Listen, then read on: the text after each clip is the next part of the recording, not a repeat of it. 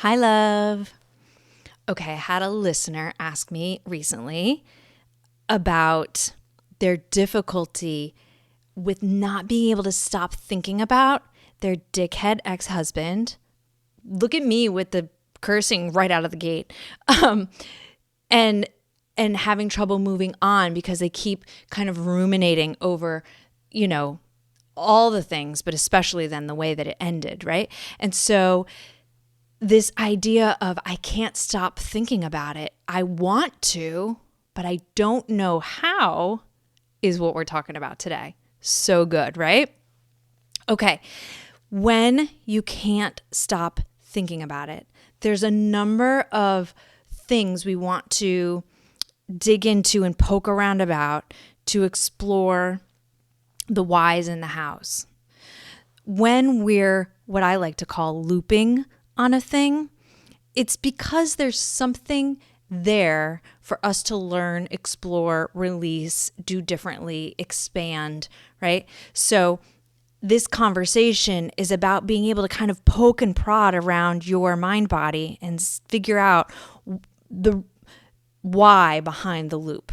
So when you're looping about something painful, the first thing I want us to explore is there stuck or blocked emotion that needs to be processed or worked through? Now, I have had many people over the course of my career say, but what does it mean, Dawn, to process an emotion? What does it mean to release an emotion? And I think that it makes a lot of sense that this is kind of a hard thing for people to wrap their head around. So we're going to talk about it a little bit today and help you have one of those releasing experiences. But have you ever had this moment where you're like, I know I need to cry, but I can't cry. And then eventually the cry comes and then you feel better? It's like that, right? Sometimes things are stuck emotionally inside of us and sometimes we know it and sometimes we don't know it.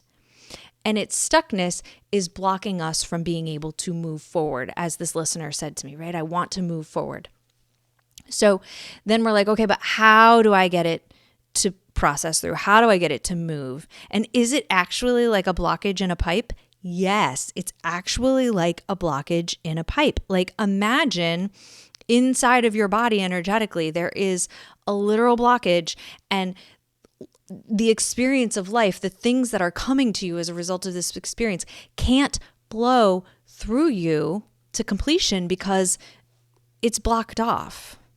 Now, why would emotion even get blocked off? Oh, so many reasons. And exactly how many reasons and the complexity of those reasons to me is like beautiful and elegant. But sometimes it's blocked off because you don't rest enough. Sometimes it's blocked off because your body is lacking the nutritional components that it needs to be able to detoxify energetically or emotionally from your body. You know how you know that your kidneys and your liver detoxify your blood and your urine and whatever, right? But there is so much about our body that is also detoxifying energy and emotion. And if you didn't know, now you know.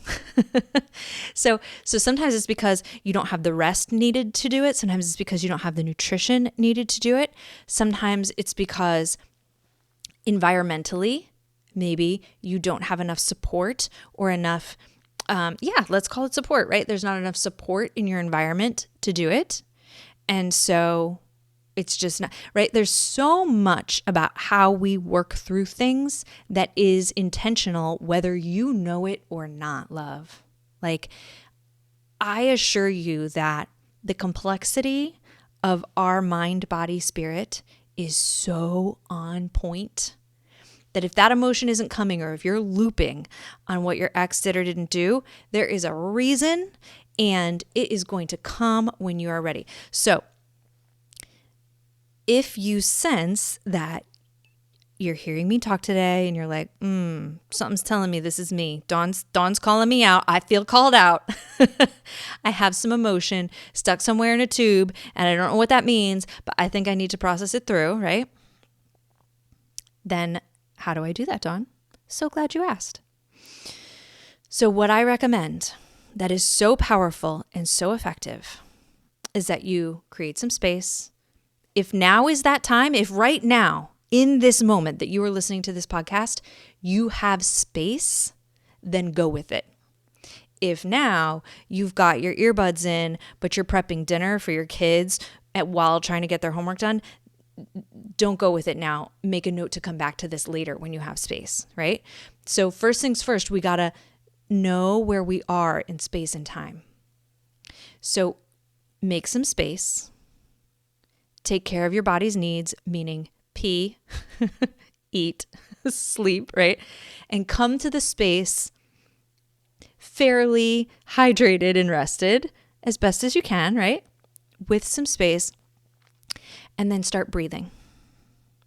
Breathing on the thing you've been looping about that you can't stop thinking about. How it hurt you, how wrong it was, how fucked up it was. And breathe with it.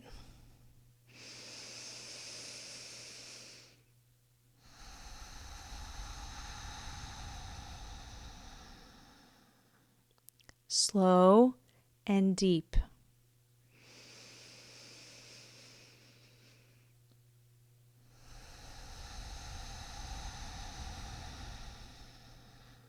Like that. And you breathe with it slow and deep for long enough that something is going to start to surface. Now, don't breathe slow and deep for 5 cycles or 12 cycles and say, Dawn, it isn't working. Love, I need you to be more patient than that. I see you. I need you to breathe slow and deep for maybe half the length of a therapy session. That would be good and right. Because when things are stuck and they need the space to be able to get unstuck, that's your job, is to create the space. And so what you're doing when you're breathing slow and deep is you're relaxing everything. So like think about being constipated, right? And how everything would be constricted and tight and stuck. When you breathe slow and deep for long enough, eventually every little thing in your body, every cell in your body becomes open and available to release, which is a beautiful thing. Now, we don't stop there. You're going to breathe slow and deep as many cycles as it takes while thinking about the thing you've been looping on. And then when you notice it starts to surface, you cross your arms over your chest like you're like crisscrossed with one hand on each shoulder. And then you do what's called a butterfly tap, where you just tap left, right, left, right, left, right, left, right. And you just tap like that as long as it feels right. And then you stop and you see what comes up. And then you tap some more. And then you stop and you see what comes up. And you just go on like that until, much like other times in your life or in your children's life, where whatever it is that's surfacing is complete or feels complete. And the reason we want to make space for it is because there may be a lot in there. When we're looping about something, there usually is a lot in there. The beautiful thing about what I'm teaching you, though, is this is such a thorough and complete way to deal with things that when you do this work, as intense as it is, you will move the needle dramatically. It's like being the most constipated you've ever been and having the best poop of your life emotionally. Yes, I went there. And so it may come with a lot of what feels like distress, right? Yes, feelings get big. You're going to have a lot of upset thoughts and things like that. But let's go into the next thing we need to explore to understand how to stop looping and get unstuck. Now, when you are experiencing painful feelings and you're thinking distressing thoughts and all of this shit is flowing through you, it's really important that you keep this thing in mind, that all of this is happening for you and not against you. And I cannot emphasize this enough, because when you do this work with the idea that this is happening against you, you will feel worse, not better. You will feel suffering and not relief. You will have probably nightmares, and you will experience dissociation and like horribly painful things. But if you do this work, if you come to the slow, deep breathing and you come to the emotional pooping with the thought that this is happening for you, and your job is to get the shit out of the pipe so that you can better let in the good stuff that's meant to come to you. When you come to it with that mindset, so much changes for the better. Everything changes for the better as you step along the path, right? And I think this distinction that I'm making right here is what often gets lost in therapy and other healing modalities. There is a victim consciousness that is so prevalent in the world, where the world wants to pity you. You poor thing, you shouldn't have to go through that. And I'm not here for that, because this isn't about what you should or shouldn't have to go through. This somehow, some way, love, you've been praying for this. You've been asking for this. You've been asking for things to get better. You've been asking for things to shift. You have been asking to grow, to change, to have a better life than the life that you had 8 minutes ago or 8 years ago. And this moment that's unfolding for you, you've been praying for it. Now you've got to decide, am I going to trust the being to which I pray? Or am I going to hold in my hands an insistence that none of this is fair? And you will find people to support you either way. You will find people that say, this is fucked, you shouldn't have to be going through this, it's not fair. And you will find people who say, screw that mindset is holding you back. You can go as far as you want, your life can get as good as you want it to be. The universe always has your back, go with it. I'm the latter. I'm always going to say, you were built for magnificence. You are pure magic. This is happening for you, not against you. So bring that mindset to this looping space and notice how that mindset creates some curiosity. So, to our dear friend who was looping about her ex-husband and what he did or didn't do on the night of their dissolution hearing, I wonder how all of that is working out for her. Because it is all working for her, in her favor. And it's got some beautiful organization to it. And I'm so curious what that is. See, so when we come to it from a place of faith and trust and belief that the price of my new life is letting go of the old one. The price of my new life is releasing victim consciousness. The price for all the magnificence that I daydream about when it's 3:00 at work and I'm like, I can't do this anymore, right?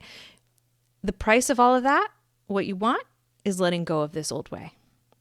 So get really curious about what it's all about and how it's all working together, because it's the most amazing puzzle.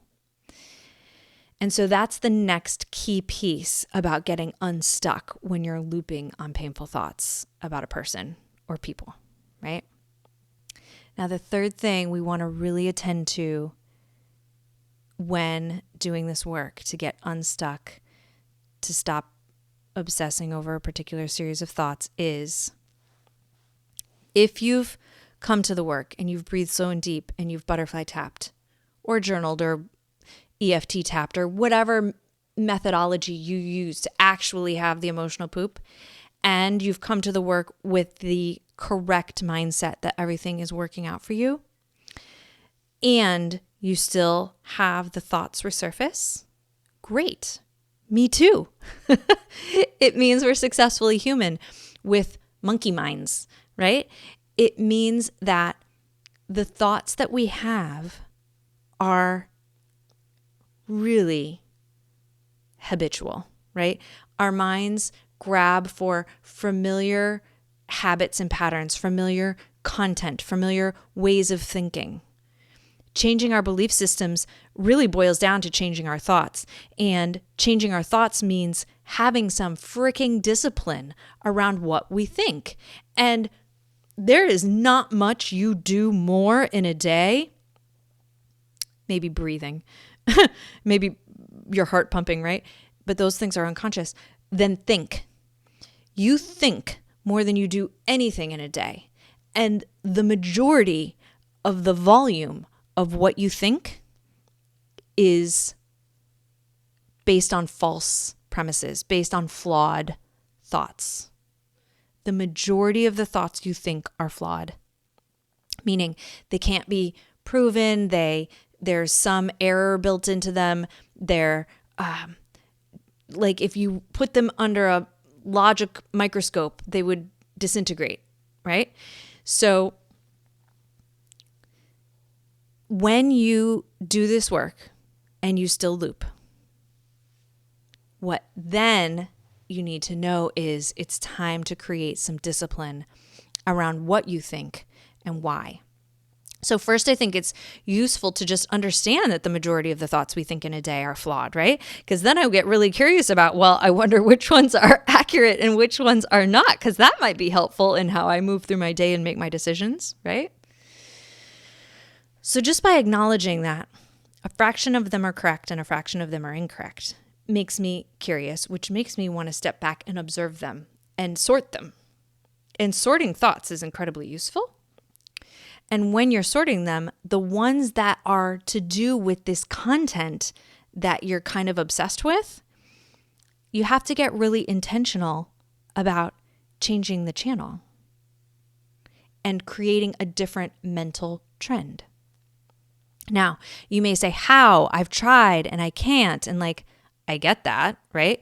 But maybe part of why you can't is because you skipped steps 1 and 2. Or maybe part of why you can't is because you're missing the motivation to do it in step 3. Let me say more. So when I talk about motivation, everything that you want, everything that you have been praying for, you have to open yourself up to allow it in, love. And for you to allow it in, you have to feel good. Good things can't come to you in the way that you want them to come when you're pinched off from love, when you are bitter, when you are resentful. Like, think about the people in your life who are bitter and resentful and think about, do they have rich lives with lots of love and rich connection and deep meaning? Or do they seem kind of isolated and bitter and suffering a lot, right? If you want all of your prayers to be answered, your job is to get happy. And I would guess that when you're looping on the thoughts, you're not feeling happy. And so if you become the mechanism for your prayers to be answered, if it's not like, well, did I pray enough and the fancy man in the sky is going to deliver the things because I was a good girl, that's not it, right? That's somebody's version, but it's not it. If you know that we attract what we are, then your job when you're looping on the negative, dark thoughts is to say, I can't have what I desire if I don't change this mental habit. Then you have some freaking motivation to reach for a happier thought. Now, in the beginning, this is tricky, and I sometimes recommend people do kind of radical things to change the channel in their mind when the loop happens. And that's because at first the work, it's kind of clunky, you know? So I said to someone just in session last week when they found themselves looping on the thought to start singing happy birthday. And it was like silly, right? But sometimes I think the sillier we make a thing, the easier it is to get happy in the moment they're trying to switch off of a painful thought, right? So if you're like, oh, my husband is such a douchebag and he did such a fucked up thing to me, and I'm doing that thing Dawn said not to do. Happy birthday to me. It's like so silly, you can't help but kind of chuckle to yourself.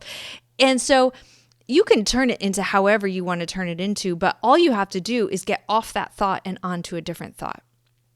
Preferably a thought that makes you feel really good. And when you've been going through a really hard time, there's not always a lot of great thought menu options. Many of them are painful. And you've been making a lot of negative predictions. If this, then that, probably, bad things are happening. We can't negatively predict and get happy. They don't go together. So then back to happy birthday we go. And so let's recap. When you're looping mentally on something and you're struggling to move forward, the first thing you have to really understand is there is very likely stuck emotion in there that needs to be processed. So make the space, use your breath, butterfly tap until you feel complete. Make sure you do that with a very clear, convicted mindset that this is happening for you and not against you. And then when the thoughts come back in the future, sing happy birthday, AKA change the channel to something more joyful. If you do these things, your life will dramatically change. Dramatically. I know it's already dramatically changed, and it will dramatically change for the better. It will become all the things you fantasized that were possible from divorce. And I know that many of you did not choose this and you didn't want it and you agonized over it or you got blindsided by it. And still, this all remains true. You were built for greatness and divinity and personal power and well-being. You were not built to suffer love. You were built for well-being. And I know that you're here for a reason. And I know that this conversation was meant to be. And if you have questions about them, send them on. I would love to answer your questions about making these shifts happen. I believe in you so much. Peace.